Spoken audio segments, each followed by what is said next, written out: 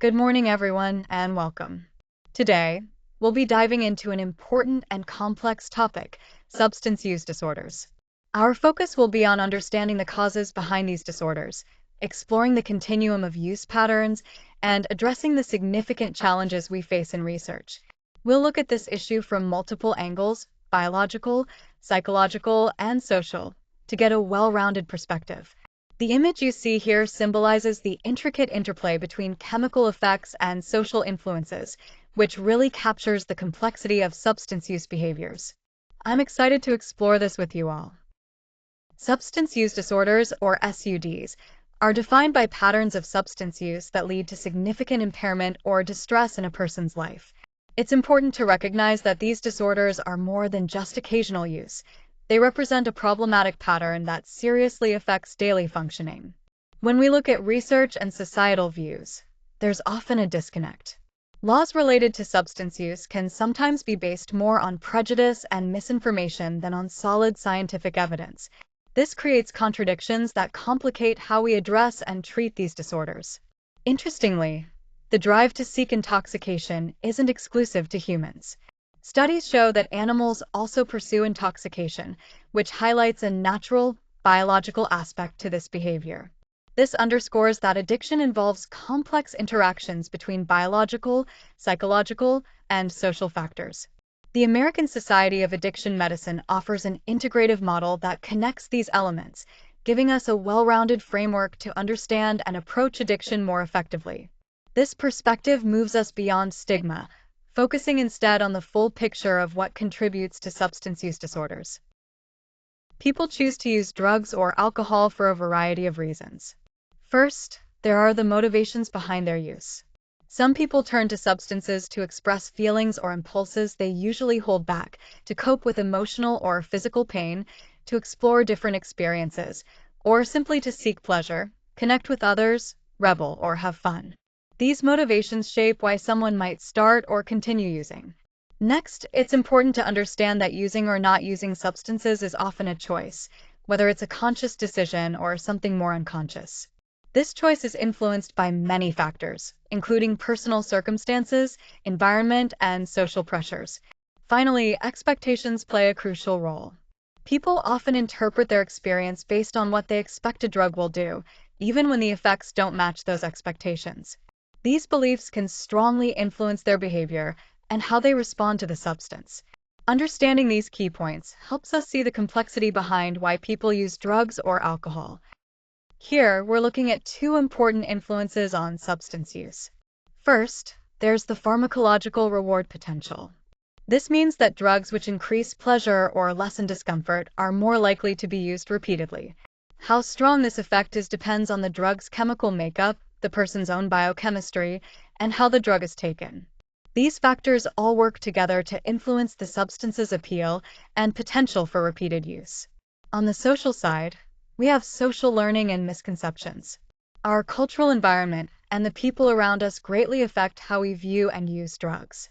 For example, peer pressure can shape expectations and behaviors, while widespread myths, like the idea that some ways of taking a drug are less addictive, can lead to misunderstanding the real risks involved. So, both the biological effects of the substance and the social context are key in understanding why people start and continue using drugs. These factors interact to influence substance use patterns in powerful ways. Here, we see the 4 key stages in the cycle of drug use and misuse. It begins with incubation, where drug use is relatively rare and typically confined to specific subgroups within society. Next, we move into the expansion phase, where misuse becomes more widely accepted and an increasing number of people try the substance at least once. Following that is the plateau stage, where the rate at which people start misusing the drug balances out with those who stop, leading to a stable level of misuse. Finally, we reach the decline phase, where overall use decreases, but there's still a persistent minority who continue misusing the drug. This cycle helps us understand how patterns of drug use evolve over time and reflects trends we've observed historically, such as with cannabis. Here we have the continuum of chemical use, which ranges from complete abstinence all the way to severe addiction. Starting at level 0, abstinence means total avoidance of any recreational chemicals, no use at all. Moving up to level 1, we see rare or experimental use that falls within social norms and doesn't cause problems. Level 2 is where use becomes more frequent or heavy, sometimes leading to social or legal issues, but it hasn't reached addiction.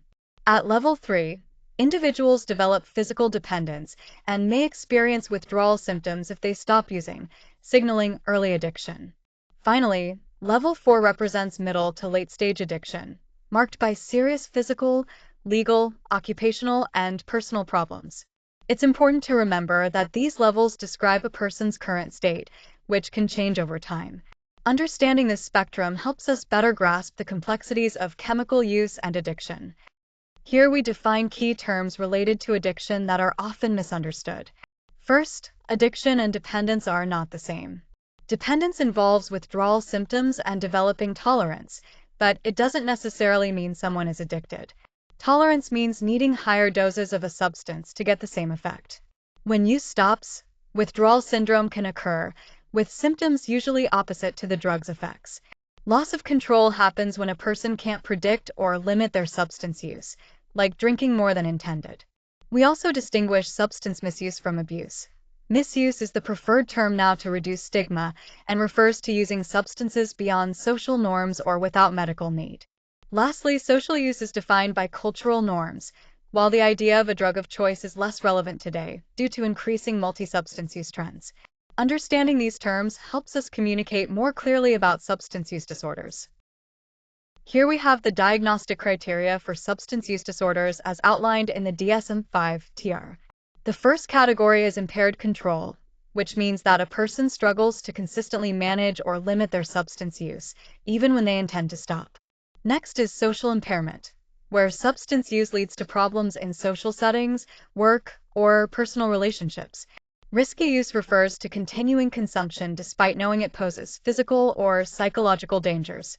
Pharmacological effects cover the development of tolerance, requiring higher amounts to achieve the same effect, and withdrawal symptoms when use stops. The slide also highlights that the DSM-5 TR has updated criteria, replacing the older categories of substance abuse and dependence. Additionally, the ICD-11 classification provides an alternative framework, though it doesn't always align perfectly with DSM-5's TR. Finally, it's important to understand that substance use disorders are complex diseases that often worsen over time and can have serious, even fatal, consequences across many life areas. Recognizing these key points is essential for accurate diagnosis and effective treatment planning. Here we have a comparison between process addictions and substance use disorders. On the left, process addictions refer to behaviors like gambling or excessive internet use. These behaviors activate brain pathways, especially those involving dopamine, much like substance use disorders do.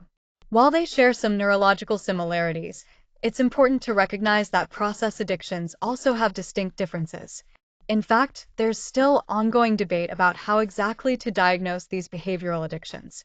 On the right, substance use disorders involve the misuse of chemical substances and are marked by specific symptoms such as impaired control over use, social problems, risky behaviors, and physical changes like tolerance and withdrawal. This presentation focuses primarily on these substance use disorders due to their clear clinical profiles. Nonetheless, understanding process addictions and continuing research in this area are crucial for a complete picture of how different addictive behaviors affect the brain and behavior. Here, we're looking at some of the key unanswered questions in substance use disorder research. One major area is understanding how people who seek treatment differ from those who don't, which can really influence how we approach intervention. We also need to consider the differences between occasional users and those who are dependent, as their motivations and treatment needs can be quite distinct. Gender differences are another important factor. Men and women may experience substance use disorders differently, affecting both behavior and treatment outcomes. Employment status also plays a role, possibly impacting access to resources or recovery success. Additionally, there's the question of how single versus multiple drug use influences the disorder, as well as how motivations might shift with age. Finally, the interplay between genetics and environmental factors remains complex and not fully understood. All these gaps in knowledge highlight just how much more research is needed to develop more effective prevention and treatment strategies. Substance use disorders are incredibly complex and often elusive, even though we've studied them extensively. This complexity means there are still many unknowns we're trying to unravel. One important idea to keep in mind is that substance use isn't just a matter of yes or no. It exists along a continuum, ranging from complete abstinence all the way to addiction, and individuals can move along this spectrum over time. To make sure we're all on the same page, it's crucial to use clear and consistent terminology. Defining key terms like substance use, misuse, and addiction helps improve how we communicate and collaborate in this field. Despite our progress, many questions remain unanswered, and a lot of what we know is based on limited data or assumptions. This highlights the ongoing need for more research to deepen our understanding and enhance the effectiveness of our interventions.